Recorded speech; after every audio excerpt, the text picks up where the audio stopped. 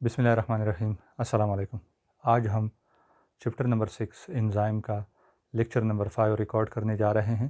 तो आज का जो हमारा टॉपिक है वो है मैकेनिज़्म ऑफ एंजाइम एक्शन। इसमें हम दो मॉडल्स को पढ़ेंगे। पहला जो है वो है lock and key model, second जो है वो है इंड्यूस्ड फिट मॉडल।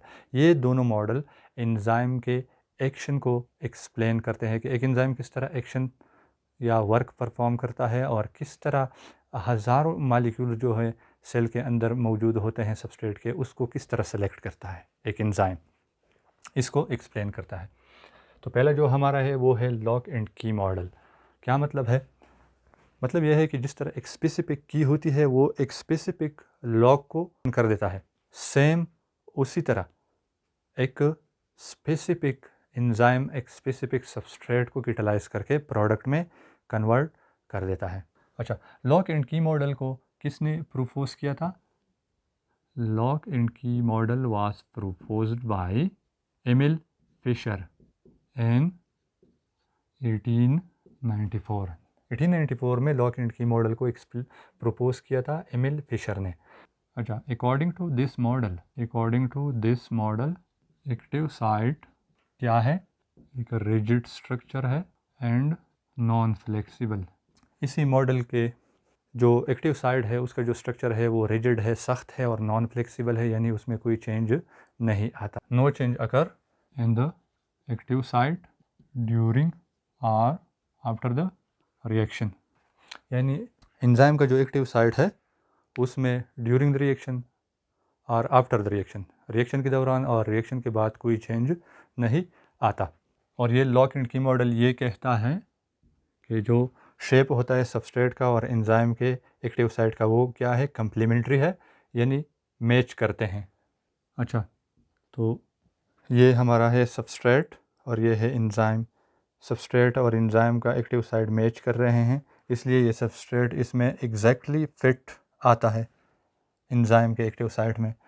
तो जब ये दोनों इंटरेक्ट कर जाते हैं तो बनता है एंजाइम सबस्ट्रेट कम्प्लेक्स।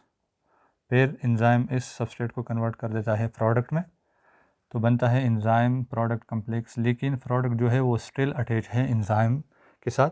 और यहाँ अगर आप देखें तो एंजाइम जो है रिलीज़ हुआ है और सबस्ट्रेट जो है वो कन्वर्ट किया गया है एंजाइम ने प्रोडक्ट्स में। तो ये मॉडल ये भी कहता है कि एंजाइम जो है या एक्टिव साइट जो है उसमें ड्यूरिंग और आफ्टर द रिएक्शन कोई चेंज नहीं आता उसके एक्टिव साइट में। अगर यहाँ पे एक्टिव साइट देखें तो इसमें भी ड्यूरिंग द रिएक्शन कोई चेंज नहीं आया हुआ, रिएक्शन कंप्लीट हुआ है, रिएक्शन के बाद भी अगर आप एक्टिव साइट देखें तो इसमें कोई चेंज नहीं आया। चेंज क्यों नहीं आया?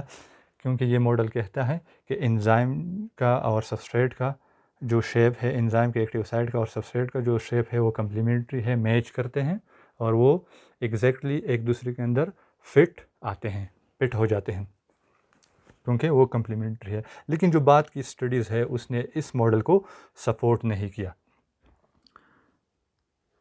जो लेटर स्टडी है, अच्छा पहले एक पॉइंट और लिख ले, वो ये कि एंजाइम को लॉक के साथ कंपेयर किया गया है और सबस्ट्रेट को की के साथ कंपेयर किया गया है। Later study did not support this model in all reactions. बाद की जो स्टडी है उसने इस मॉडल को सपोर्ट नहीं किया क्योंकि बहुत कम ही ऐसे एंजाइम हैं जो इस मॉडल को फॉलो करते हैं। और एक एग्जांपल दिया गया है यूरिएज एंजाइम का। ये यूरिया के ऊपर एक्ट करता है ये एंजाइम प्लस वाटर, और यूरिया को कन्वर्ट कर देता है अमोनिया में प्लस कार्बन डाइऑक्साइड में। तो यहाँ पे यूरिएज एंजाइम ने एक्ट किया यूरिया के ऊपर और यूरिया को कन्वर्ट कर दिया अमोनिया और कार्बन डाइऑक्साइड में।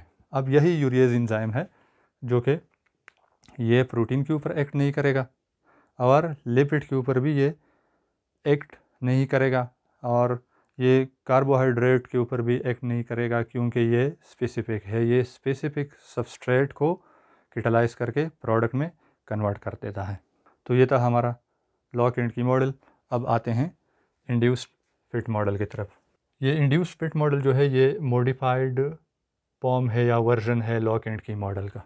Induced fit model was proposed by Daniel Koshland and in 1958 में डैनियल कुशलैंड ने इंड्यूस पिट मॉडल को प्रपोज किया था और इसी मॉडल को हैंड एंड ग्लव मॉडल भी कहा जाता है। यानी डैनियल कुशलैंड ने एंजाइम और सबस्ट्रेट को हैंड और ग्लव्स के साथ कंपेयर किया गया है। इसमें एंजाइम जो है कंपेयर किया गया है ग्लव्स के साथ और सबस्ट्रेट जो है इसको हैंड के साथ कंपेयर किया गया है। जिस तरह हैंड जो है हाथ ग्लव दस्ताने में अपने अकॉर्डिंग चेंज लेके आता है, सेम उसी तरह सबस्ट्रेट जो है एंजाइम के एक्टिव साइट में चेंज लेके आता है जैसे ही सबस्ट्रेट इंटरेक्ट करता है एंजाइम के साथ। अच्छा, according to this model active site क्या है? Not rigid and are flexible, not rigid and are flexible structure.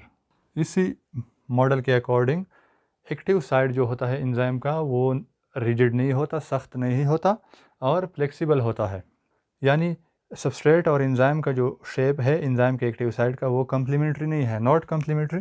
The shape of substrate and shape of active site of an enzyme is not complementary.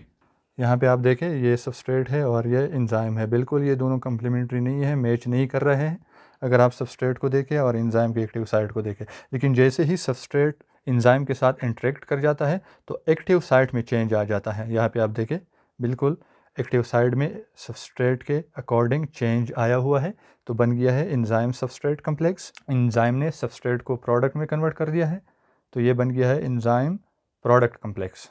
अच्छा, ये जो जब change आ जाता है enzyme के active site में इससे इसकी कैटालाइटिक एक्टिविटीज़ जो है वो इंक्रीज़ हो जाती है।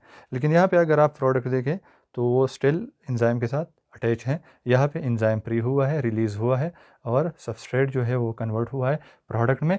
जैसे ही यहाँ पे जो रिएक्शन है वो कंप्लीट हुआ है तो एक्टिव साइट ने अपना ओरिजिनल जो शेप था उसको रीगेन कर दिया है। और यही फ्लेक्सिबिलिटी है एक्टिव साइट की, जो कि एक से ज़्यादा टाइप के रिलेटेड टाइप के सबस्ट्रेट उस एक्टिव साइट के साथ बाइंड कर सकता है और एक एंजाइम जो है more than one type of reaction जो है वो कैटालाइज करता है। एग्जाम्पल इसका है कार्बोनिक एनहाइड्रेज।